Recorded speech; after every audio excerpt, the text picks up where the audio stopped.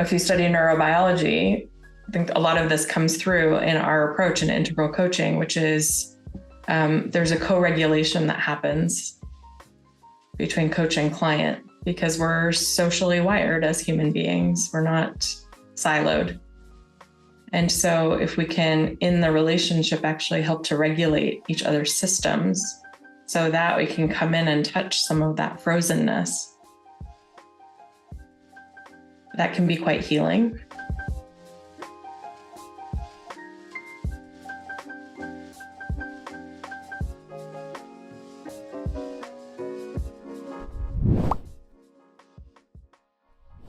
Hello, everyone. Welcome to the Nested Healing Podcast. I am your host, Jess. Today, we'll be covering the topic of what integral means, what integral coaching is, and wholeness overall. Today, we have the wonderful guests. Let's start with James. Would you like to introduce yourself? Hey, everybody. So I'm James Flaherty, and I'm here because I'm deeply part of this community, NI2C, and I've been working in the world of integral studies, integral coaching for a long time, 35 years, something like that. And what else? I have a long-term coaching practice. Coaching will get more clear as we go along what we mean by it, because there's so many different meanings of it in the world. I'm also a long-term Zen Buddhist practitioner. And I'm also a person that does lots of somatic practices every day. Plus, I'm married to Stacy, my sweetie pie, for 47 years, and we have a grown-up daughter who's really turned out into be a gorgeous human being who's a college professor of anthropology. All right, Sahar, would you like to introduce yourself? Yeah, happy to. I'm Sahar Azarabadi. And let's see what's pertinent to say here. So I am Iranian born. I say that because my life kind of spans two cultures. My family moved to the United States when I was 2.5.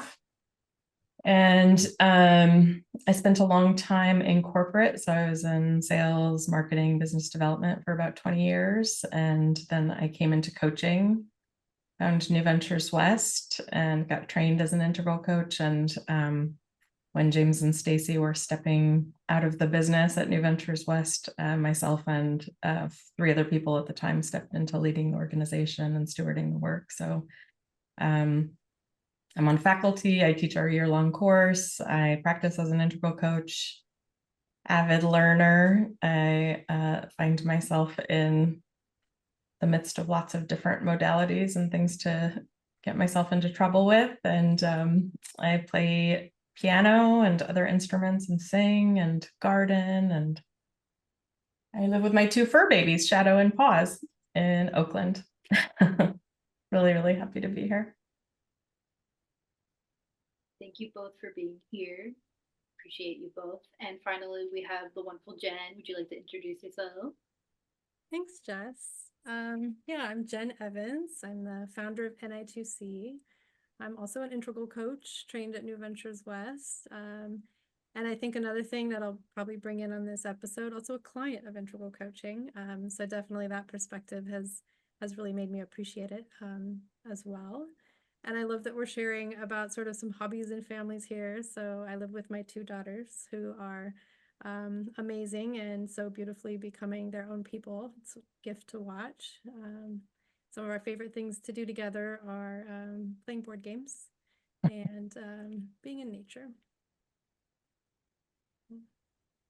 Wonderful. Thank you guys again for being here. That's all awesome. I love you guys sharing your hobbies and everything as well.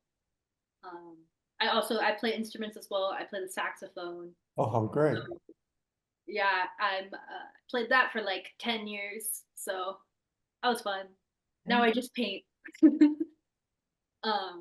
So yeah. Anyway, getting into the meat and potatoes, the reason everyone's here for. We keep bringing up integral and coaching. What are those?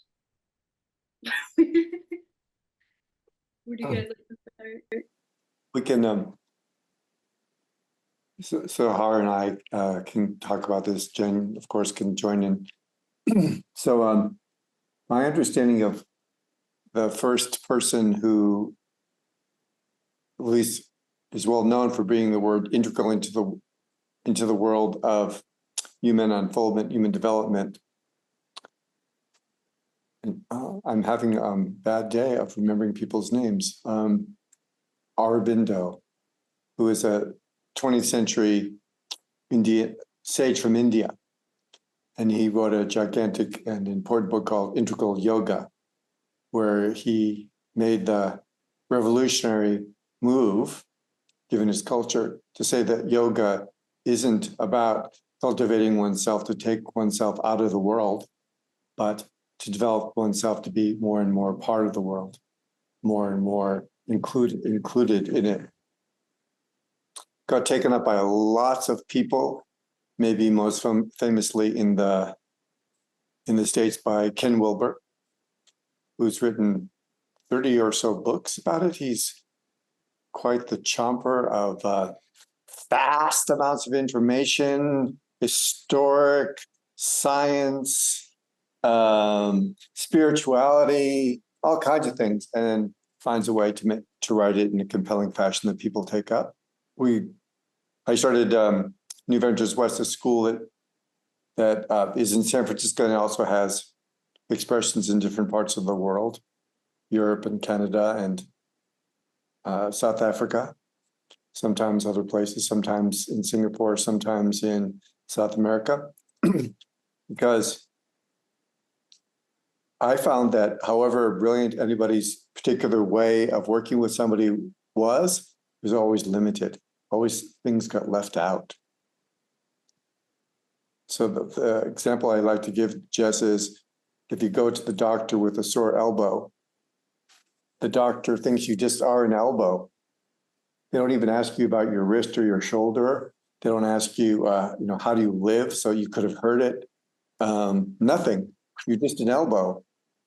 And so many of our well-intended human programs to assist our unfoldment, our development, our healing, our maturation are too narrow and can become crusty and even turn into an ideology where things can't be questioned. So the notion of integral coaching, or the word, yes, integral coaching, is that it's an open system, welcoming of anything that will help people, lessen people's suffering, bring more joy and freedom to their life. Let's do that. And let's not ever pretend we have it sealed up. We've got the final word on human beings. So that's some of the things I'd say at the beginning.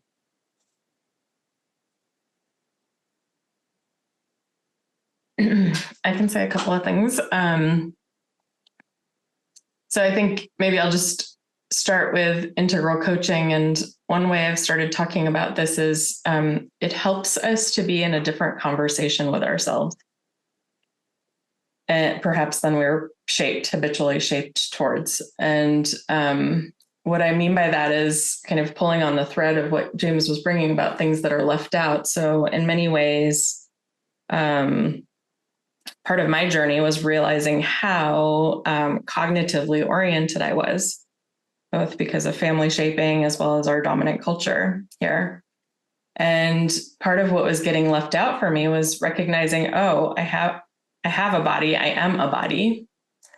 And also that in a lot of ways, because of some of early childhood experiences that I had, my heart had really closed down, closed off, gotten armored. And so that had, it was protective. I came upon it innocently. And at the same time, it had me move in the world in a particular way. And so the pieces that James is bringing about, like love and joy and these qualities of really being able to enjoy life, felt further away. And So integral coaching, in another way of talking about it, is a way for us to unify our head, heart, and body, and also recognize that we're not separate beings, that we live in a world, that we're connected, we have relationships. So I'll say that for now. Hearing you guys talk about this, and I think one of the things that comes up for me, even just hearing the actual phrase integral coaching, is I can picture James saying, let's include everything. Let's not leave anything out. I definitely feel that as a client. There's like a really welcoming, unconditionally accepting, you can show up as you are feeling, being a client in integral coaching. Everything is welcome. Whatever we're bringing, whatever is here at the moment is where we'll start.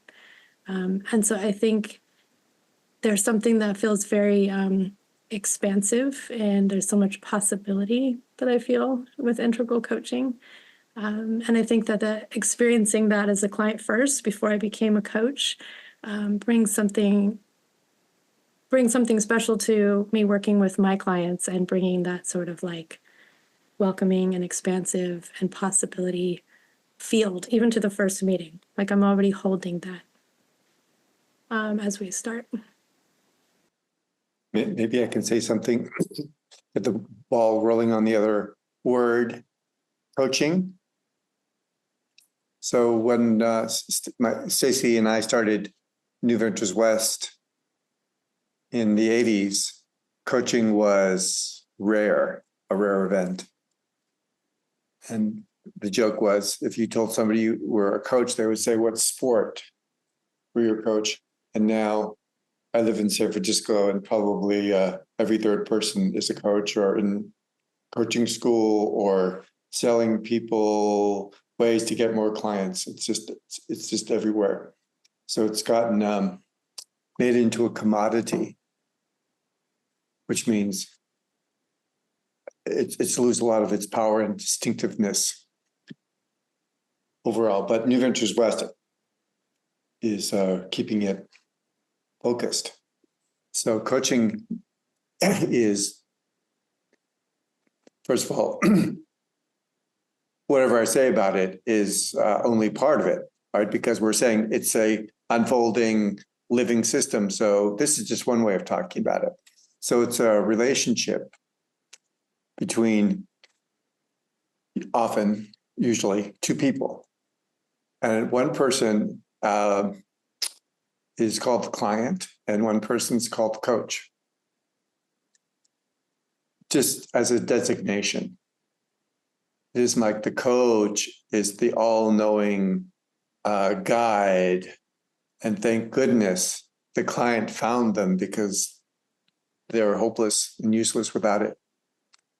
But it's a partnership that's formed, and it's mostly about the unfoldment of the client, the development of the client. Because our notion is that as people develop, as people get more in contact with themselves, more expressive of themselves, less defended, more porous to the inner and outer flow of life, less rigid in response, less afraid, feeling more supported, on and on. Their suffering ends, and there comes a point where life stops being about how can I get what I want, or how can I get to a place where I don't feel uncomfortable or suffering all the time, to, oh my goodness, I'm someone who has a unique contribution to the world. So with all the clients that I work with, I'm attending to their taking steps, deeper steps into themselves, so that can happen, so they can be freed to make their contribution. Because so many of us have been thwarted in that. And we live in a culture that doesn't exactly support that. In fact, contribution has to be always with a price tag attached to it.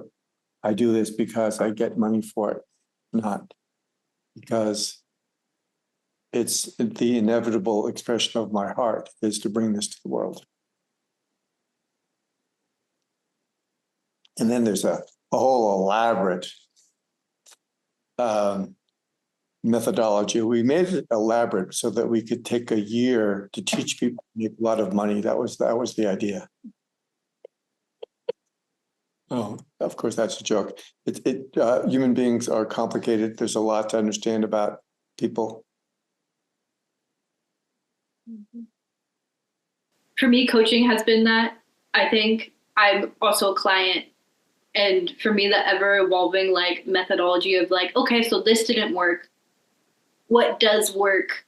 Like, what do we feel like changing has been probably the most helpful. I have been in like cognitive therapy, talk therapy for most of my life. And it's just, it helped, but it wasn't right. And I feel like coaching for me was right. Like it helped a lot more. I think I made a lot more progress than I had ever in talk therapy. I think that's an important distinction, Jess, because there's something about having an insight and that being insufficient to actually changing the way that one moves through the world. So I had similar experiences where it was like I knew something that I wanted to shift, and yet my body and my heart couldn't move into that necessarily. And so what was getting in the way? And I could talk myself in circles around that, and nothing would shift in life. So that's part of the power of integral coaching, in my view. And that there's something, I brought in this word honor, and it's interesting that it's showing up for me here now. Again, it's honoring how life is moving through each particular person. That it's like we're not, at least I'm not interested in a sameness. I'm interested in celebrating diversity and plurality. And as James was saying, like the unique contribution that we each have to bring. And the other thing that I would say is, James, when you were speaking, what came to mind is sometimes the conversation can be, well, what's my purpose in the world? Yeah. And that we can orient to purpose as something out there that I keep running towards. And part of my own discovery with integral coaching is actually my purpose is living into my life. That is my purpose. And to be able to recognize the contribution that I'm making. And anyway, so that some of these they feel distinct about the approach of integral coaching, and that there's maybe one of the most important distinctions is that we're coming from a place that there's already wholeness here, and wholeness not in a fixed way. That there's nothing lacking here that needs to be fixed. It's more an opportunity for us to discover. I loved that you brought it in. I'm just making this into a conversation at this point. I don't mean to cut off Jen, so Jen can come in, of course, anytime. Purpose is one of these things it's like a, you can imagine it's like a carrot on the end of a stick that is attached to someone's neck, and they're always running towards it. And they imagine if they get it, purpose, suddenly their life will be full of vim and vigor and wild adventure and gigantic charisma and I don't know what, something. They'll get parking spaces immediately. They won't have to wait in line. People will just stop them on the street and pour money into their pockets. So, and it's always ahead of them because it's described in those exalted, magical ways instead of purposes. My life isn't anywhere ahead of me. It can never be that way. My life is always what's happening right now. I'm part of what's happening right now. I am, in fact, a happening right now. It's who a person is a happening right now. And once we can relax enough and get over our worries a bit, and our fears a bit, and our guilt a bit, and our sense of obligation a bit, and our desire to be all conquering. I live in Silicon Valley, where people actually, the purpose of the company is like dominate the industry and crush the competition. That's their, oh boy, let's do that, because that's really worked out. Really works out to pick the people in the world you want to crush and just crush them. Just history is just full of examples of that being really grand. I'm being totally sarcastic. It's horrible. So can we find life happening right now, not later? This was, I don't know, 15 years into my being a Zen practitioner, doing meditation every day, going on long retreats, meeting with my teacher, going to Dharma seminars, reading books. And I caught myself on a day 3 of a 7-day retreat, and I was planning, the plans were in my mind, like, well, this period of sitting will soon be over, and then we're going to have lunch. And then I thought, when am I actually going to have a life that isn't planning for what's next? When am I ever going to be alive? Instead of just being a planning machine. Oh. So when we can not just have the idea of releasing that, but physically, emotionally, relationally, let go of it, then life is very different. It's rich and nurturing, and we don't have to wait for later for it to be better. So our purpose is always here.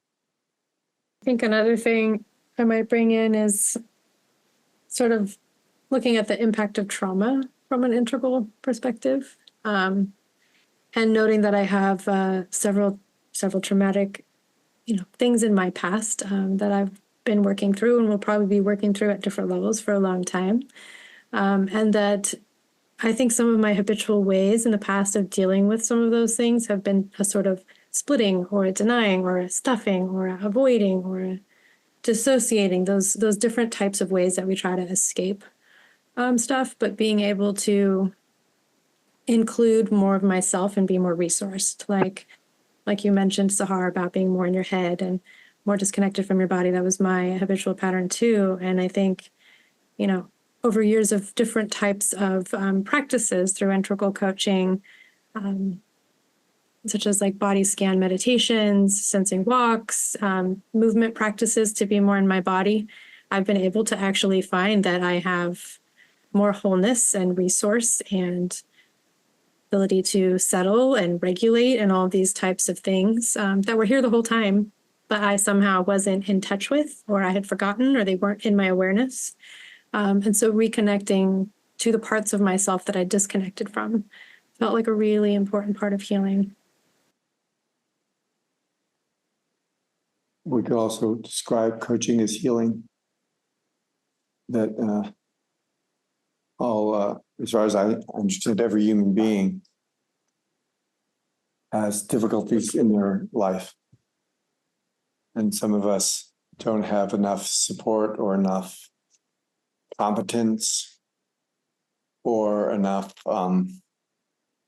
time to heal from the difficulties that we've encountered. Because life keeps happening, and in our culture, Western culture, there's always the pull, the push, the squeezing to produce more things, get more done, to have something to show for yourself, which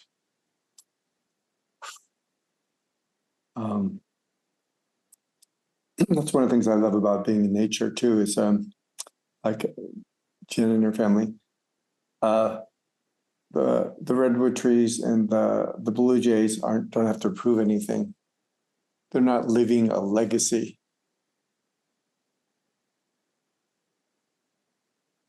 justifying themselves.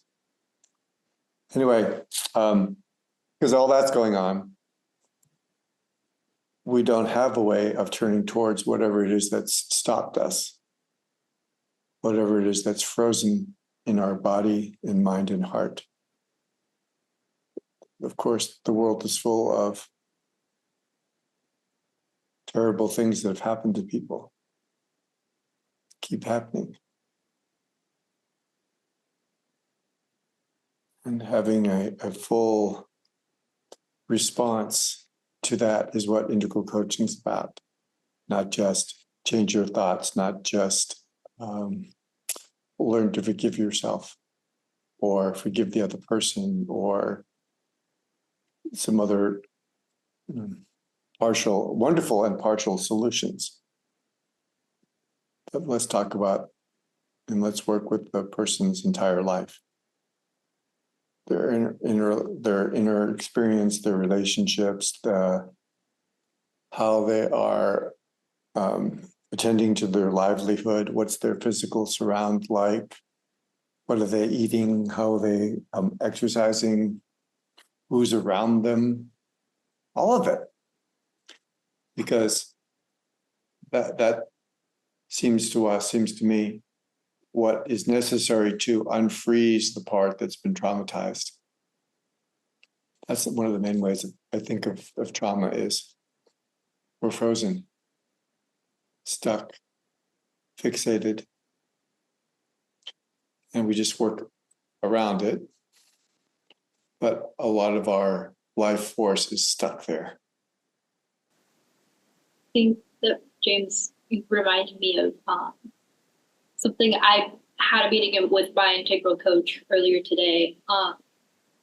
So that's why I feel very refreshed in this conversation. But from a client standpoint, it brings me to like thought process, even going through it and where I'm at right now. And something that like has astonished me through my coaching, through my progress in life, that like, even though I feel my work will never be done on working for on myself, that's kind of the evolution of humanity, and being a person and being a part of the world is everything is ever changing, but it's to enjoy the change. That like I was thinking of one of my other siblings and their mindset and how my mindset is and how. One second, let me go.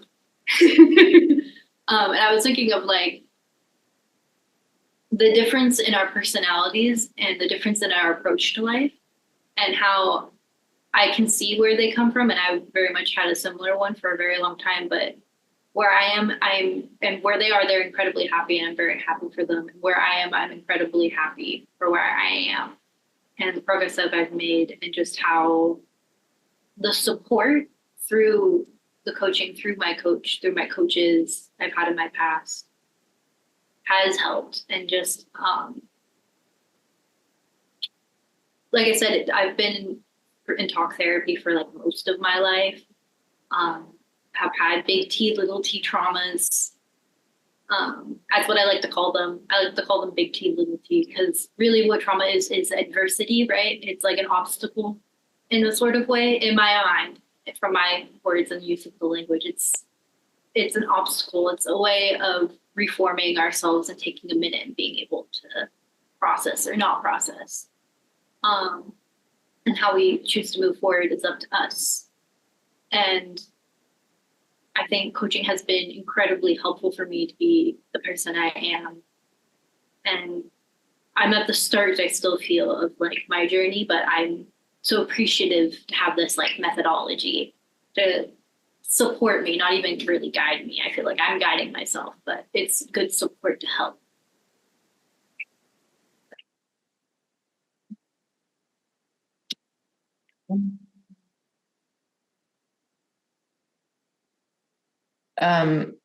There's some things just that you're saying. Well, first of all, just even seeing the cat in your lap can be a regulation to work with trauma. So in a lot of if you study neurobiology, I think a lot of this comes through in our approach in integral coaching, which is there's a co-regulation that happens between coach and client because we're socially wired as human beings. We're not siloed. And so if we can, in the relationship, actually help to regulate each other's systems so that we can come in and touch some of that frozenness, that can be quite healing. And then the other thing that I wanted to bring in was if we only take a cognitive approach, we can sometimes only go in and look at the trauma as a problem to be solved.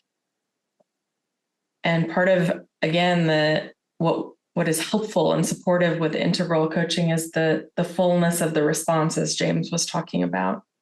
So actually bringing in additional channels of resource that allow for the thawing, that introduce a little bit of warmth into the person's experience so that the energy that's stuck there can be liberated.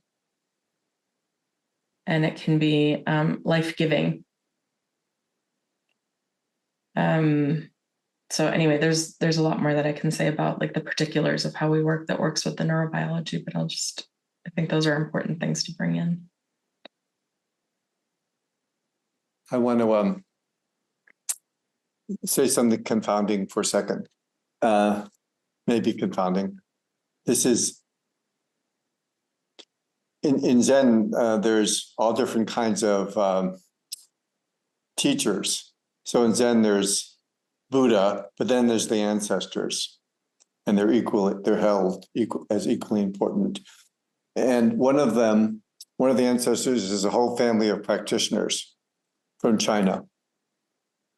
And one day the father was trudging through the snow and he was getting elderly and he slipped and fell into the snow and his daughter was right behind him. He said, "Help me, help me." So she walked up next to him and fell down in the snow herself. And he said, "Thank you." And they both just got up.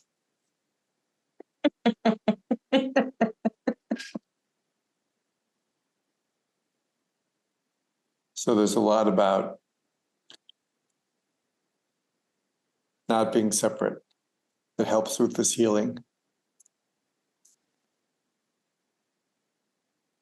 There's so much normalizing of it.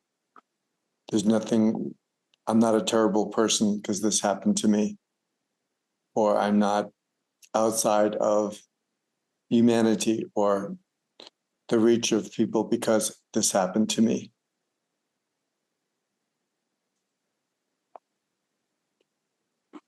That helps the healing happen, helps the integration happen, the wholeness happen. The whole, as Sahar said, the wholeness is already there. It's a matter of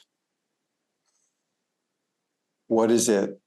What are the structures in our body mind that are, the word we're using is frozen, stuck? What habits do we have of, as I've already said, of maneuvering around it? Can we catch on to those? And can we find a relationship strong enough with ourselves and with other people so that we can be with what happens when something gets unfrozen? Unfrozen sounds like, oh boy, let's unfreeze it. It feels awful a lot of the time because we froze it because we were really smart. We couldn't deal with it. It was too painful. It was too overwhelming. But as we come more into ourselves and we are in a loving, caring relationship, loving, caring community, we can start to allow the process of, I'm not going to say defrosting, I'm going to say melting. Melting is better. Because it's really unpleasant. I don't know about you three, but I've never had someone who's contacting trauma and starting to release it, this says, oh boy, this is so great. Yeah. Later it's going to be really great. Eventually. Yeah. Yes. Yeah. I appreciate you saying that, and that brings to mind, and for those who don't already know that are listening, James is my coach, so it brings to mind sessions of me being with James and having some of the most difficult frozen things become accessible. And I think habitually like you're right, I shut those off for a very good reason. There was a protective ability to freeze those parts and not deal with them. But I think that being in the presence of a supportive person who can just hold that space with you makes all the difference. And then also some support and coaching around learning how to be able to be with it, to breathe with it, to feel my feet on the floor while in contact with it, right? Some of these very beginning steps of being with difficult things, so that they can move and thaw and unfreeze, and that presence and support of a coach makes all the difference. That was something that I couldn't do alone. There's something too, Jen, about what you're bringing around the kind of allowing for breath and spaciousness. And I keep coming back to cultural shaping. And so much of our culture is going at a pace that we don't have capacity to slow down and make contact and give something the resource it needs in order to thaw, unfold. So perhaps that's also another way to talk about coaching, integral coaching, is that it's in some ways calibrating and modulating that's not in accordance with dominant culture. It's in accordance with what's needed in the moment in the relationship that we're in. That brings up a book to my mind when you're talking about kind of anti-cultural slow pacing breaks and everything. In one of my classes, we've been reading a book called Rest is Resistance by Tricia Hersey. I'll bring this up in other episodes and everything as well, where it talks about how we are set on a pace of very much a grind culture, and if we don't meet these standards and norms, how like we think badly of ourselves. And currently in my coaching, I've been reading the book not only for my class but also with my coach and evaluating it. I highly recommend the book. It's a great book. And how I get mad at myself for not being able to keep pace, or for crashing and burning and being tired because I feel like I need to do so much work all the time, and that I'm never giving enough. And I feel like a big part of my coaching has been appreciation, like self-appreciation. And I think that's something that's, at least in my experience with coaching, has been huge for my personal development, is being able to have that room for self-appreciation for what I'm doing, who I am, the work, everything. So I think that's also like a huge note for, or at least from my standpoint. What does self-appreciation feel like for you, Jess? What does it feel like? It's a breath. It's like a break. It's relief. It's like I can take a nap now. I'm not normally a nap taker, and it takes a lot for me to take a nap, but it's like being able to take a midday nap. This look Sahar has when she's about to say something, she's feeling something. The World Series just happened. Baseball championship in the States just happened, and the team from LA beat the team from New York. That's not the point. The point is, immediately people are at the end of the broadcast of the game, people were saying, and here's who's predicted to win next year. No, there's no appreciation. There's no inspiration that comes from it. There's no resourcing that comes from an accomplishment. It's always next, next, next, next, next, next, next, next, next. So integral coaching is anti or countercultural in that sense, that it doesn't believe in the timing of our culture. Turns out this is really radical for people to find out. We are a living being. We are a biological being, and we change in biological time. We don't change because we have a deadline coming up, or our insurance for our therapy is ending. I better get this going, or I can just make up my mind about it. Or it's the end of the quarter. It's the end of the quarter, exactly. James, what you're bringing is it's reminding me of, in a lot of leadership circles, so much of like strengths finders is so commonplace. Yeah. And yet a lot of the strengths are more around skills and don't have anything to do with who the person is. Yeah. And so this is yet another way of I'll say bypassing appreciation, because they may have a strength, but it's like get on it, like keep building on the strengths that you're bringing. It's not a place of respite of this is who you are, that you get to bring this. It's more keep building on it. Yeah. Yeah. I could go on to a long screed about strength finders, but here's just part of it. I think strength finders is like bringing your rock into a laboratory and asking what is it made up of? And people actually do think they are made up of their strengths. There's no such thing as that. I know that there's tests that people can take and they find a way of statistically validating them, but it's always context free. And it doesn't take more than 2 minutes talking to someone to find out that sometimes they feel strong and sometimes they don't. Duh. We're not like a piece of steel. A piece of steel doesn't wake up one day and say, I think I'll be more flexible today and more malleable.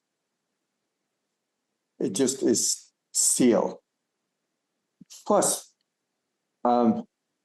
if we just knew ourselves as our so-called strengths, what if there's no chance for you to be strong? Then we have to go around making problems so we can be strong. Anyway, my guess is that it helps some people because a lot of people are into it.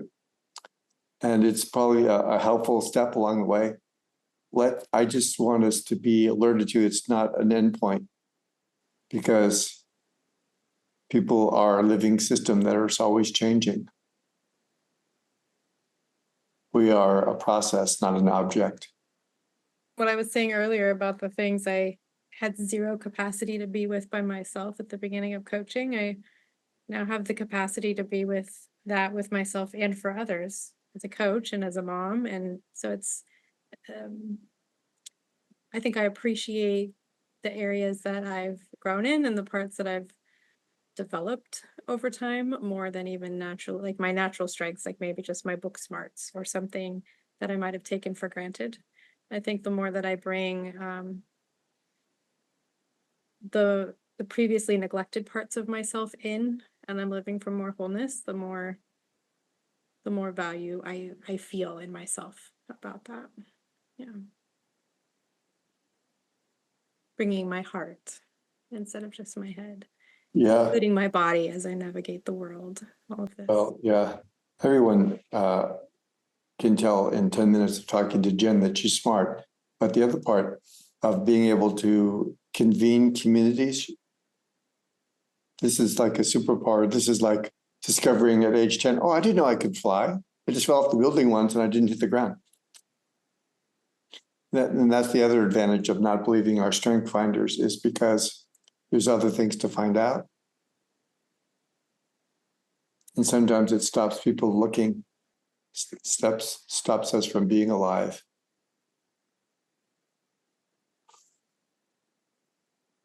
And how awful to think I will stop the screen here in a second. Thinking that my strengths are, let's see, I can be strong, I can be determined, and I can be unstoppable. And then my sweetie pie 5-year-old daughter, she doesn't need me to be strong or determined. She just needs to be, soft and receiving. And if I'm convinced I can't be that because the test doesn't say I got under 10 in empathy, I guess better not count on myself for being empathetic. Anyway, one of the things that the integral coaching does is it unwraps the present that we are. Our daughter, maybe some of you have done this too. Our daughter bought a mattress. She's younger than me, duh. She bought a mattress online that comes in this package that's really tight. And I thought, Devin, you did not buy a mattress. What did they sell you here? And she said, just wait a second. In 10 minutes, it was this mattress that she's been sleeping on for 3 years or something. Coaching's like that. We think we are this little something. We're not. What we are can't be spoken about, really. It can't be known, can't be defined. We can't put an understanding frame around who we are. Because it's always going to be inadequate. So it's really fun to tell people, I want to find out who I am. And they say, well, good luck. You're not something that can be known. But you don't tell people that, until, I don't know, maybe never. Not as a final definition. I'm this and not that. One of my favorite words around coaching is awakening. I had this horrible thing to say about us human beings, which is most of us, most of the time, are asleep, being really automatic, which is bad enough, but then we think we're awake. We're asleep and we look around, we hear that statement and we look around and say, yeah, those people really are asleep. Look at all those sleepy people. Yeah. In my generation, my group and everything, we kind of joke around similarly. We always say they're asleep. Obviously, we're influenced by technology. We're like one of the first generations to like grow up basically with technology. But in video game culture. So when we see people who are just like, kind of just, like you said, they're like asleep, they're just going through the motions. It's often referred to as like NPC, which is like non-playable character. So it's like a computer program just doing and running as it should. I think it's kind of a funny thought. No, I'm just going to steal that, Jess. Yeah, you should. It's a great one. Yeah. Is an NPC. That's just like something, it's like you can just see it in their face. They're just like, it's shut off for a little bit. And I feel like sometimes we all kind of do that, but yeah. It's fantastic when people have some of their initial encounters in being a little bit more awake. And the world suddenly has more depth and more color and more vibrancy. And the world feels safer and more welcoming. It's a huge shift in the world. I used to feel like the idea of support was like a myth, like a unicorn. And now I like truly believe in like the abundant support that's available. Complete shift. It's like in The Wizard of Oz when Dorothy's in color, like, yeah. I grew up most of my life kind of feeling like I'm very alone. I'm the youngest of my entire family. And so everyone kind of would gather and I would be kind of left out. So I think for a very long time, I was very used to being alone. But I think when you're alone, you don't realize how lonely you are sometimes. Like some days you do, but most of the time you don't realize it until like you find some support, and everything like that. And I think for me, coaching definitely started that, and like hang out with Jen and everything like that. And like consciously building it. I think sometimes we unconsciously don't realize and how much we have and everything. It kind of reminds me of an activity in one of my classes, one of my professors. We do certain things every day. We'll do like we have cards that we have affirmations and everything, and then we use it and we create conversation out of it. This one day, she handed us a piece of paper and it was all blank. It had like a circle in the middle and then a bunch of rings. And she was like, "Hey, write your name in the center, and this would be your support network. Who is who? You don't need to fill all of them in, but who are the people you lean on?" And then she said, "If you don't have a lot, go find someone in the class. We're all here for the same reason." Most of the people in the class are GEM majors, and major is me. So it's all about community. All of us want community in the end. And I thought it was a really interesting like icebreaker and a way to create friends and everything. Friends that I now have too, of just like something so simple can be so effective. And also like how necessary human interaction is because we're such herd creatures. We're so society oriented. That's yet another way of talking about integral coaching. It's usually coaches have a whole array of different activities, different practices, different exercises, different readings, all kinds of stuff to help people. And sometimes it is something simple and direct like that. I'll write down who do you feel close to in your life? Who do you feel is supporting in your life? And for some people, it's holy mackerel. Good thing I'm doing this on a computer. There's so many.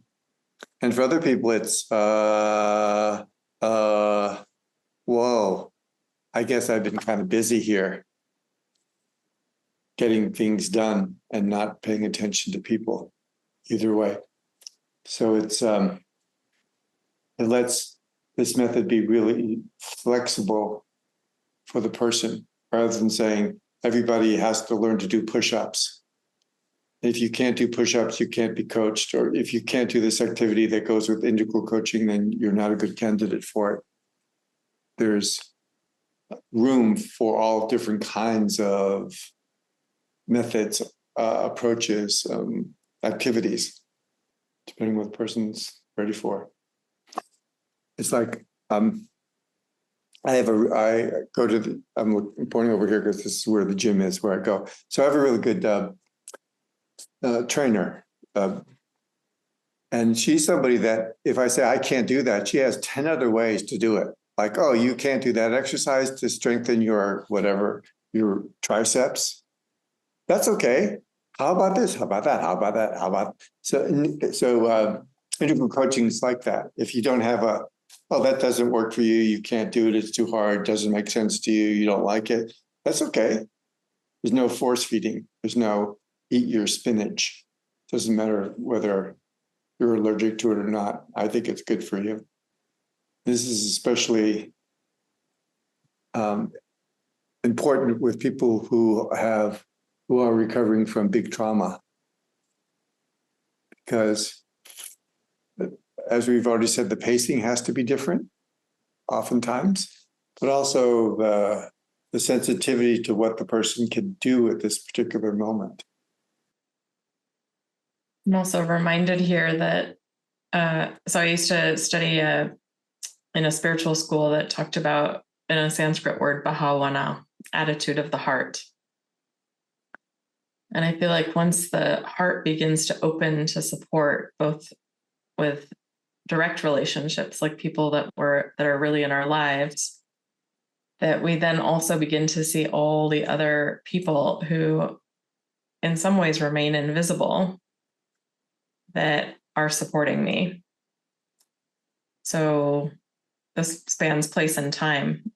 So all the people who touch the groceries that I ultimately get to my door, all the people who, I don't know what, there's all kinds of tending and caretaking that's happening in addition to horrific things that are happening, but there's so many layers of support that I hadn't quite let in, Jen, like what you were saying, both with direct relationships, but also people who are indirectly supporting me and that make my life possible in its current form.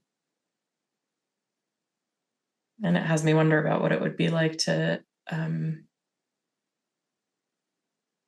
have that kind of an attitude of the heart.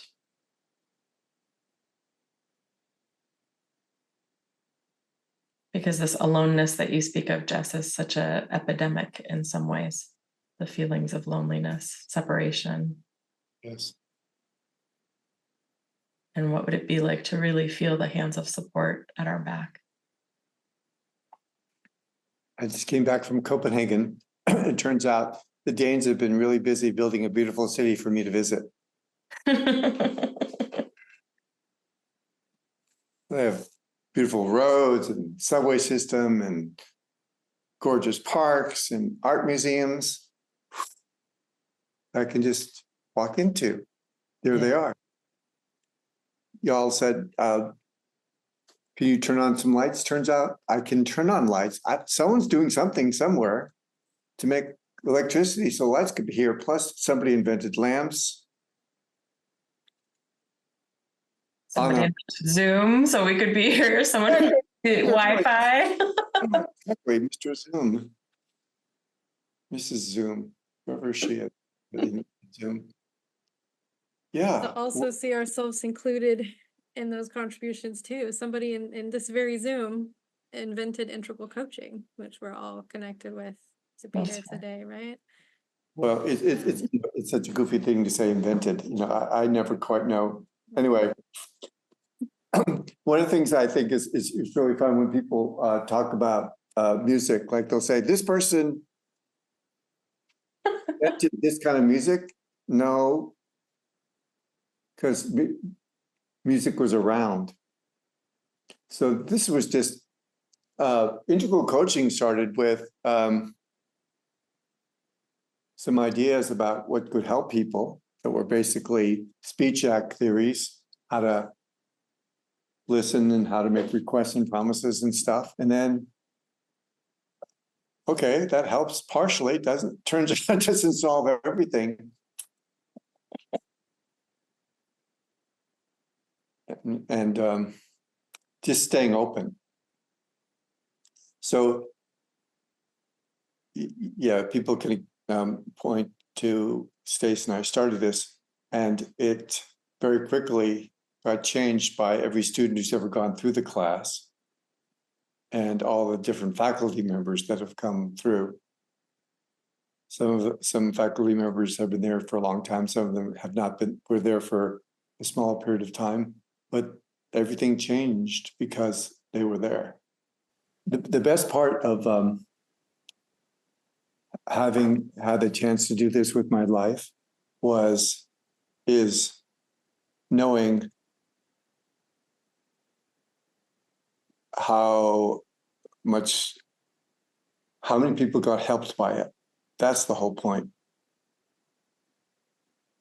Anyway, that's the whole point for me. What a way to be part of the support of the universe. I think that's one of the most profound things I learned in coaching with you too, as a client. I think I sometimes would make some observations about the world and I keep myself a little separate from it. And then to realize, oh, and I'm also part of that, right? I'm also contributing. I'm also supporting. I'm also living in the world. That's right, exactly. Yeah. One of the funny things, we didn't record all these sessions, but even in the first few sessions, when I was talking to you, Jen, when things were really difficult for you, you had stories about, well, somebody in my halfway house was having a trouble with her boyfriend. So I thought I would, what? What? So she's always been kind of unstoppable in seeing what she could do to help out. Just your nature, Mm. just multiplying it, multiplying it, multiplying it, right? Everything that you're doing, people you're attracting and setting free. Beautiful to be a part of it, and that's how it feels. Like I include myself in it. It's how it feels to be a part of this community at Nested Integral Coaching Constellation or in any of our repair cohorts. It absolutely feels like being a part of. And it's just, I feel so grateful for everyone I'm in community with in all of those spaces. Yeah. Yes. Yeah. Kind of wrapping up since we're getting close on time. I had a question for all of you that I feel like maybe some of the viewers are interested but maybe hesitant to maybe even look up NI2C or integral coaching if they want to dip their pinky toes in, but are a little scared of the water. What would your guys' advice be to that person?